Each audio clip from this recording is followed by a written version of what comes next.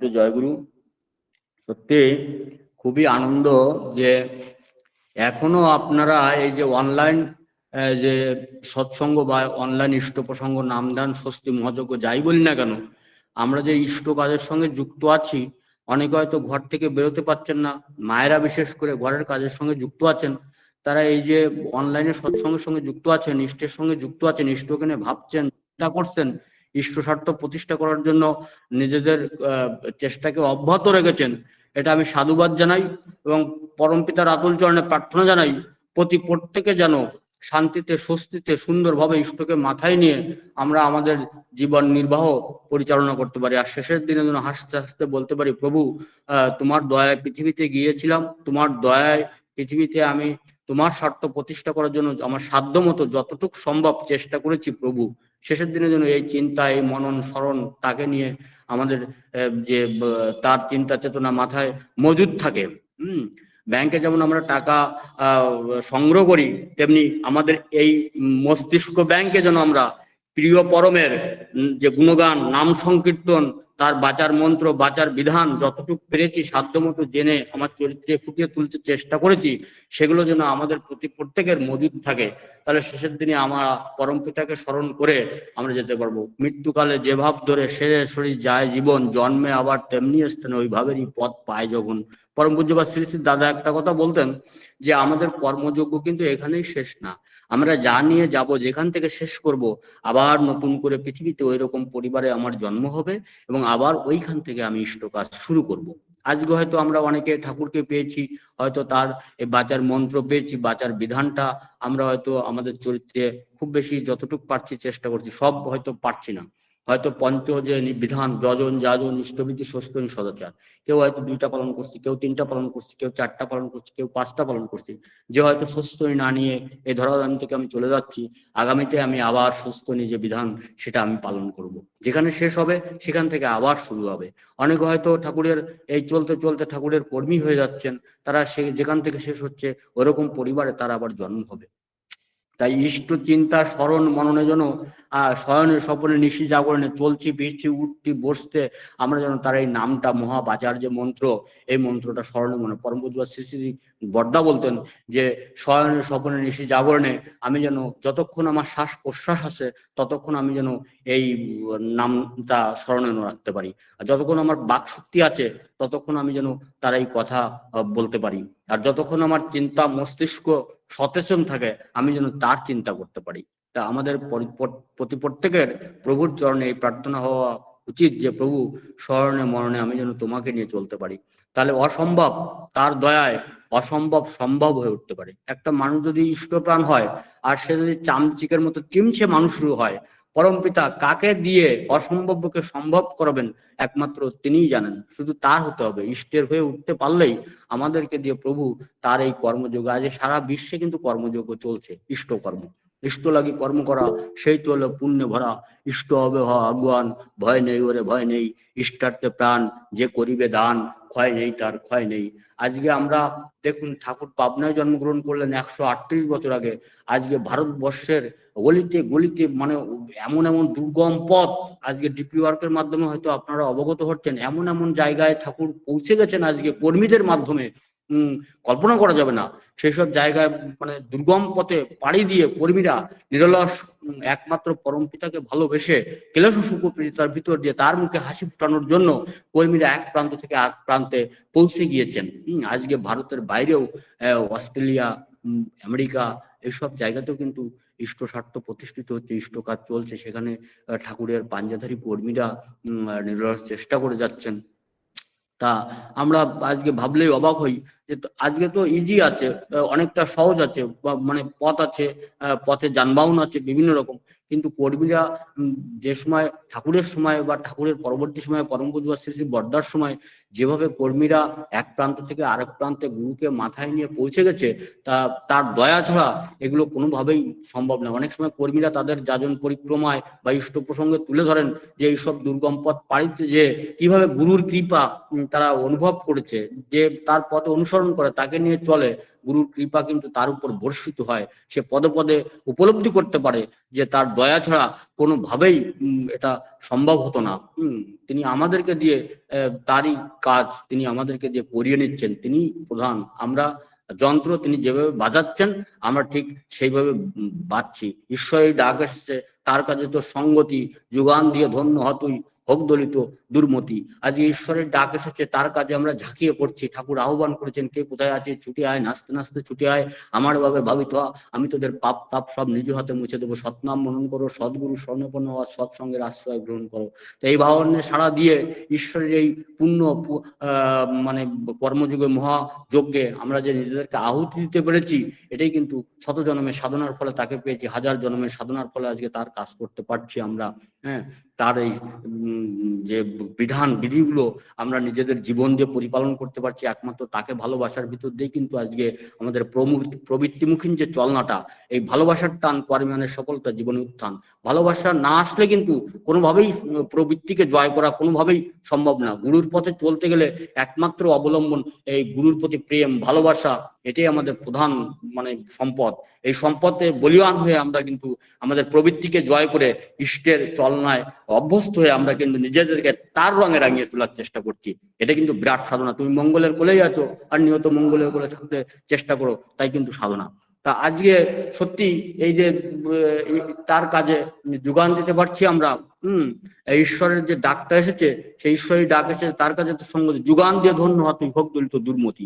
এই দুর্মতি গুলো কিন্তু এই যে প্রবৃত্তিমুখী যে চলনাটা, সেটা সহজ হয়ে উঠছে আজকে ইষ্টমুখী চলনার ভিতর দিয়েই আমরা কিন্তু বাঁচার দিকে এগিয়ে যাচ্ছি। আর প্রবৃত্তিমুখী যদি থাকতাম আজকে কাম, ক্রোধ, লোভ, মোহ, মৎসর, মাৎসর্য, ষড়রিপু, আজকে কিন্তু মৃত্যুর মুখে ছুটতে চলতে হতো।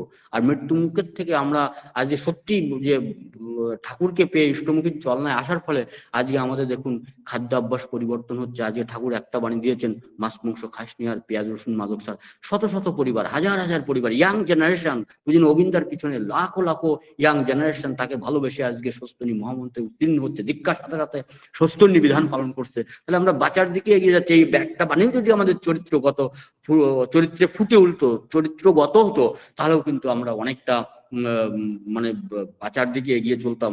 আমাদের আয়ুষ্কাল বৃদ্ধি হতো, লংজিভিটি।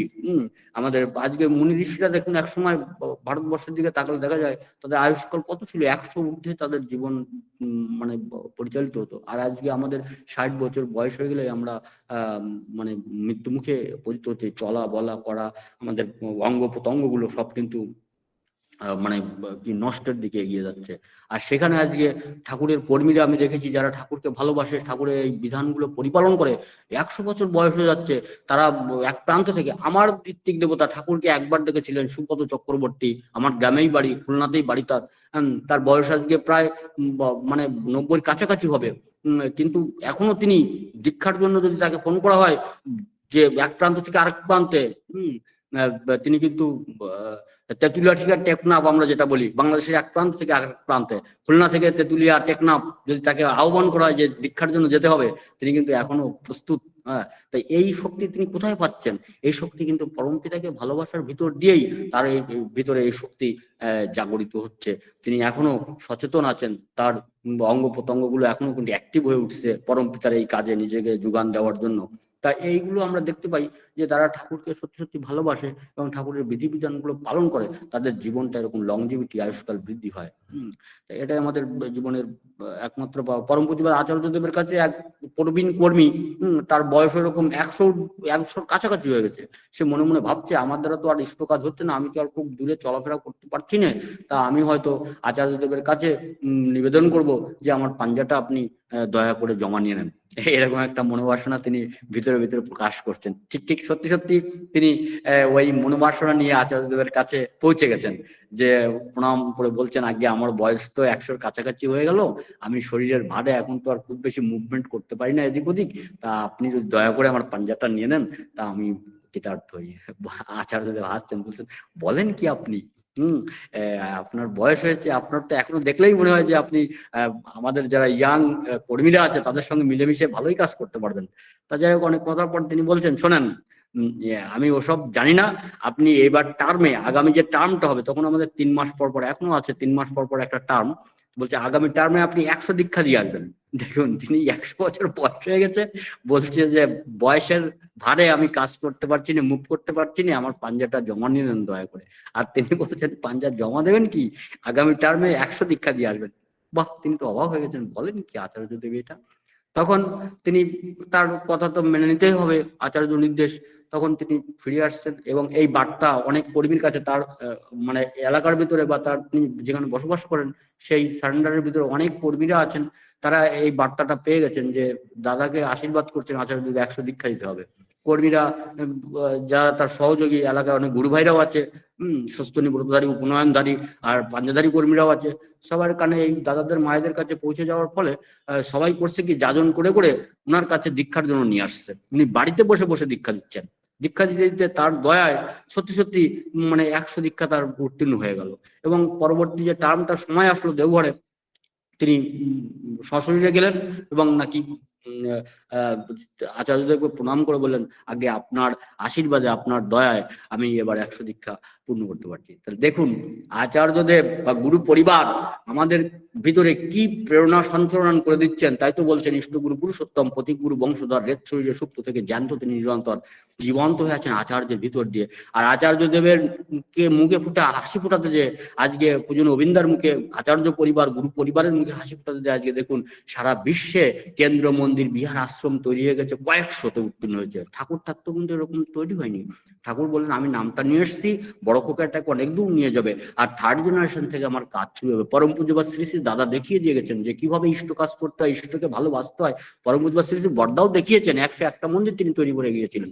তা এই যে আচার্যের ভিতর যে আজকে সৎসঙ্গ আরো থেকে আরো তার গতি বৃদ্ধি হচ্ছে, সারা বিশ্বে এই রথ চলছে। ঠাকুর বলেছিলেন আমি যে রথ ছেড়েছি এই রথের গতিরোধ করার সাধ্য পৃথিবীতে কারণ নাই, এ রথ চলতেই থাকবে। তাই এই যে সৎসঙ্গে যে রথ চলছে কর্মীদের ভিতর দিয়ে, গুরু ভাইদের ভিতর দিয়ে ইষ্টপ্রাণতা বেড়ে চলছে, আচার্যের সান্নিধ্যে যে আমাদের কিন্তু সেই শক্তি, প্রিয় পরমকে নিয়ে চলার, প্রিয় পরমের পথে এগিয়ে যাওয়া, ইষ্ট কাজ করা, ইষ্ট স্বার্থ প্রতিষ্ঠার যে শক্তি সঞ্চারণ আমাদের ভিতর হচ্ছে, সেটা কিন্তু আজকে আচার্যদেব আমাদের ভিতরে এই শক্তি জাগরণ সৃষ্টি করে দিচ্ছে। ওই যে আমি যন্ত্র তিনি যন্ত্রী, যেমন বাজান তেমনি আমরা বাজতেছি। কিন্তু তা ঠিকই তাই, আজকে তিনি অসম্ভবকে সম্ভব করে তুলছে। আজকে যেটা বলছিলাম থার্ড জেনারেশন যে সৎসঙ্গের যে প্লাবন হয়ে গেছে, পরম পূজ্য দাদা বলেছিলেন ছোট ছোট উৎসবকে বন্ধ করে একটা বড় বড় উৎসব করতে হয়, যেখানে অনেক মানুষের ঢল নামে সবাই মিলিত হতে পারে এবং একটা সৎসঙ্গের একটা যে প্রকাশ সারা বিশ্ব যেন এটা আলোড়ন সৃষ্টি হয়। তাই এবার উৎসবে দেখলাম একটা নামকরণ করেছেন পরম পূজ্যপাদ আচার্যদেব। সেই নামকরণের কি সার্থকতা! বড় বড় শিল্পীরা যারা এই ইন্ডিয়ান আইডলের শিল্পী, নিহারিকা মা একটা নামে একটা মা, আমি একটা লাইভে দেখছিলাম, সে ইন্ডিয়ান আইডলের একটা শিল্পী, কণ্ঠশিল্পী। সে আচার্যদেব, পরম পূজ্যপাদ শ্রী শ্রী গোবিন্দার কীর্তন বা পরম পূজ্যপাদ শ্রী শ্রী দাদার কীর্তন, এগুলো সেই বিরাট বিরাট মহাকুমা উৎসব, উৎসব নাম কি একটা, সেই সব উৎসবে এই কীর্তনের মাতোয়ারা করছে। লাখ মানে হাজারের ঊর্ধ্বে ইয়াং কর্মীরা, ইয়াং দাদারা, বোনেরা, ভাইয়েরা, তারা কিন্তু বাহু তুলে কীর্তন করছে। এটা মানে দেখলেই গায়ের লোম শিউরে ওঠে। আর এই উৎসবে লাখো লাখো ভক্ত সমবেত হচ্ছে, মিলিত হচ্ছে, তাদের পকেটের পয়সা খরচ করছে। আর সেখানে ডিসিপ্লিন কত, গুরুকে ভালোবেসে নিজেদের যে নিয়ম শৃঙ্খলায়, সেখানে কোনো আইন শৃঙ্খলা বাহিনীর দরকার হচ্ছে না, নিজেরাই নিজেদের শৃঙ্খলিত করে, নিজেরাই নিজেদের ভিতরে সমঝোতা করে একে অপরকে নিয়ে চলছে। তা এটা সত্যি বড় আনন্দ দেয়, বড় তৃপ্তি দেয় যে আমরা যে আলোর দিকে এগিয়ে যাচ্ছি, অন্ধকার ঠেলে আলোর দিকে আমরা এগিয়ে যাচ্ছি, গুরুর দিকে এগিয়ে যাচ্ছি। গুরু স্বার্থ প্রতিষ্ঠা করার জন্য আজকে লাখ লাখ পরিবার এগিয়ে আসছে। শিশুরা জেনারেশন বাই জেনারেশন দেবসন্তানে পরিণত হচ্ছে। আজকে লাখো পরিবারের ভিতরে লাখো দেবসন্তান। আজকে ঠাকুর যেটা চেয়েছিলেন 36 কোটি দেবদেবতায় পৃথিবীতে একসময় ছিল, আবারও সেই আমাদের ভিতর দিয়ে সেই সব দেব মানুষের থার্ড জেনারেশন থেকে এইভাবে জেনারেশন বাই জেনারেশন যদি ইষ্ট আদর্শ নিয়ে চলতে থাকে, তাহলে দেখবেন যে দেব মানুষে পরিণত হচ্ছে। সত্যি সত্যি এইসব বাচ্চারা, ছোট ছোট বাচ্চারা, তাদেরকে আজকে সকালে ঘুম থেকে জয় রাধা গাচ্ছে, প্রার্থনা বাজাচ্ছে, ইষ্টবিধি করছে, সুস্থনী ব্রত পালন করছে, তারপরে গান কীর্তন শিশু সৎসঙ্গ করছে। আমি দেখলেই তো এত আনন্দ পাই, এত তৃপ্তি পাই, এত সুখ পাই। শিশু সৎসঙ্গ, শিশুরা গান, আলোচনা, পরিচালনা, কীর্তন, মানে এভরিথিং। তারা কেউ আবার বাঁশি বাজাচ্ছে, কেউ তবলা বাজাচ্ছে, কেউ হারমোনিয়াম ধরছে, মানে দেখলেই একটা শান্তি। তাহলে এসব পরিবারের ভিতর থেকে শিক্ষাগুলো আসছে, এরা জন্মগতভাবেই হয়ে আসছে কিন্তু ইষ্ট কাজ করার জন্য, ইষ্ট স্বার্থ প্রতিষ্ঠা করার জন্য। তা ঠাকুর এটা যেমন আজকে জেনারেশন দেখুন কিরকম, আজকে ফিফথ জেনারেশন পরম পূজনীয় অবিন্দার দিকে তাকিয়ে দেখুন, হ্যাঁ, তিনি কি অর্ধেক পৃথিবীটাকে নাড়িয়ে দেবো এই কথা তিনি বলছেন। তিনি আজকে হেলিকপ্টার প্রয়োজন হবে তার জন্য। সৎসঙ্গের লোগো দ্বারা আমি মাঝে একটা মনোগ্রাম, মানে একটা পোস্ট দেখলাম যে সৎসঙ্গের হেলিকপ্টারের মনোগ্রাম দিয়ে পূজনীয় অবিন্দার একটা ছবি পোস্ট করতে, মানে তিনি হেলিকপ্টারে এখন বিদেশে, তিনি নিজস্ব হেলিকপ্টারে যে সৎসঙ্গের জন্য বা ঠাকুরের জন্য, ঠাকুরকে প্রতিষ্ঠা করতে, গুরুকে প্রতিষ্ঠা করার জন্য তার যাওয়ার প্রয়োজন হবেই।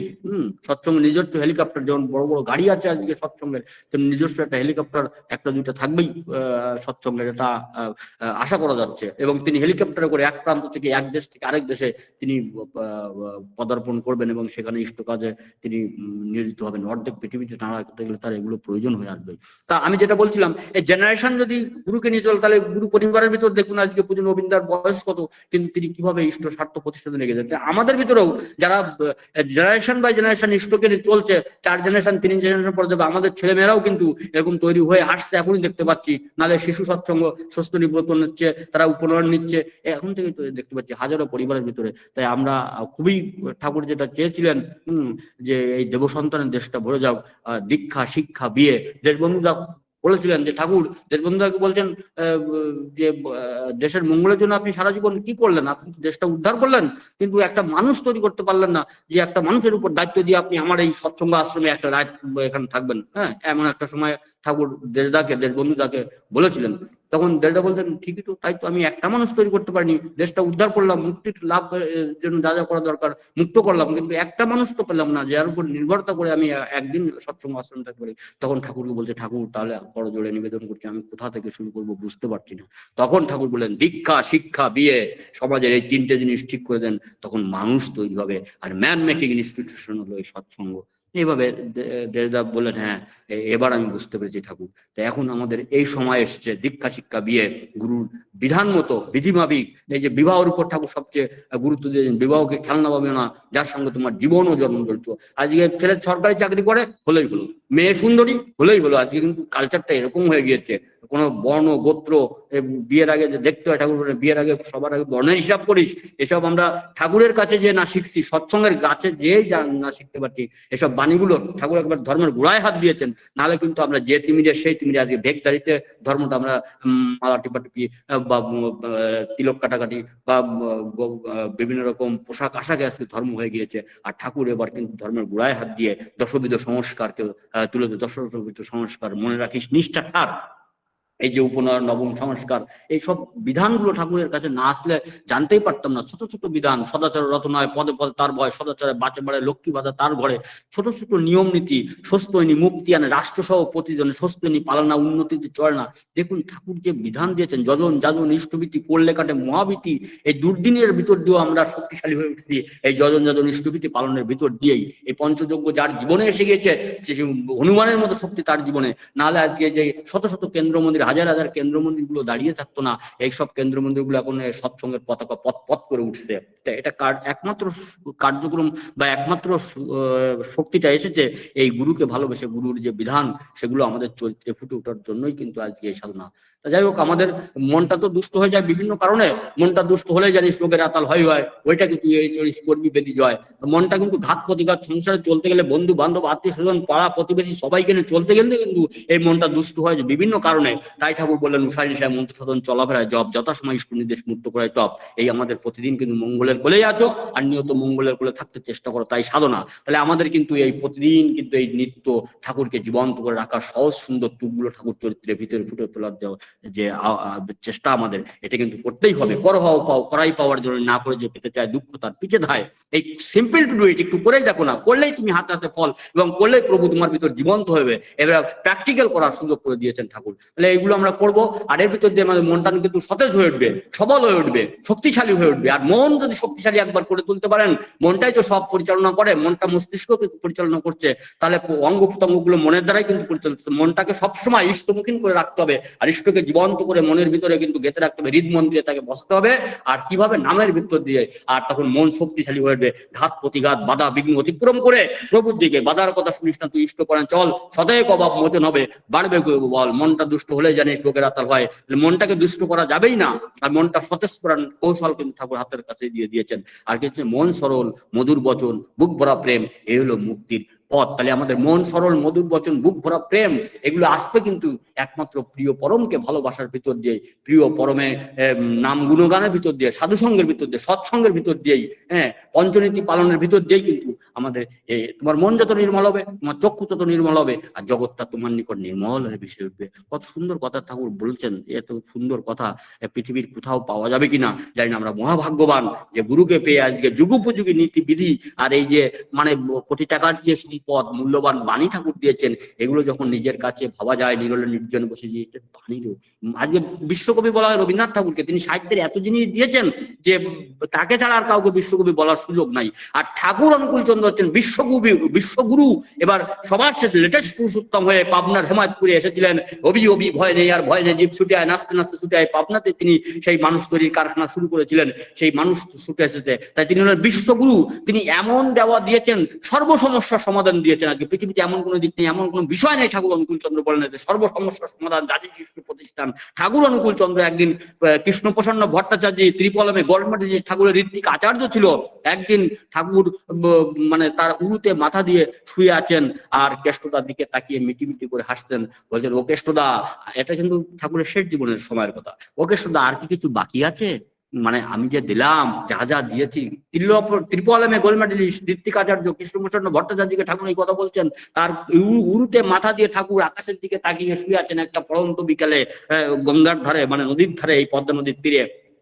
তখন কেষ্টদা বলছে, না ঠাকুর, আর কিছু বাকি নেই। ঠাকুর সোজা হয়ে উঠে বসে বললেন, হ্যাঁ কেষ্টদা, এবার আমি সব দিয়েছি। যুগে যুগে যখন এসেছিলাম কিছু কিছু রেখে দিয়েছিলাম, আমি যদি নতুন হয়ে আসি তখন সব দিয়ে দিলে তোমরা তো আর আমার কাছে আসবে না, তাই কিছু কিছু রেখে দিয়েছিলাম। আর এবার কিন্তু কিছু রাখিনি, সব আলগা করে দিয়ে গেছি, সর্ব সমস্যার সমাধান কেষ্টদা দিয়ে গেছি। তাই আচার্য পরম্পরা তার নীতি বিধির জন্য কোনো বিকৃত রূপ না আসে, 10,000 বছরের ভিতর আমি আর আসবো না। যুগে যুগে এসেছিলাম, আগামী 10,000 বছরের ভিতরে আমি আসবো না। ঠাকুর যাওয়ার মাত্র 138তম জন্ম মহোৎসব পালিত হয়েছে। 150 হয়নি, 200 হয়নি, 500 হয়নি, 10,000 এই নীতিবিধি চলতে থাকবে। আর জ্ঞানী গুণী পণ্ডিত ঋষি বিজ্ঞানী মহর্ষি আজকে ঠাকুরের চরণাশ্রিত। ঠাকুর বাণীতে যেটা বলছিলাম, যে ঠাকুর এমন দেওয়া দিয়েছেন যে বিশ্বগুরু উপাধি তার দেওয়াই লাগবে। হ্যাঁ, এই যে বিশ্বগুরু আবির্ভাব, ঠাকুরের বয়স যখন 31 বছর, তখন তার এই যে লীলাক্ষেত্র, পাবনা থেকে কুষ্টিয়া ছিল ঠাকুরের প্রথম জীবনের লীলাক্ষেত্র। হ্যাঁ, যেখানে কিশোরী মন্দা, অনন্তদা, সতীশ গোস্বামী, সচিন চন্দ্র জোয়ারদার, এরকম বহু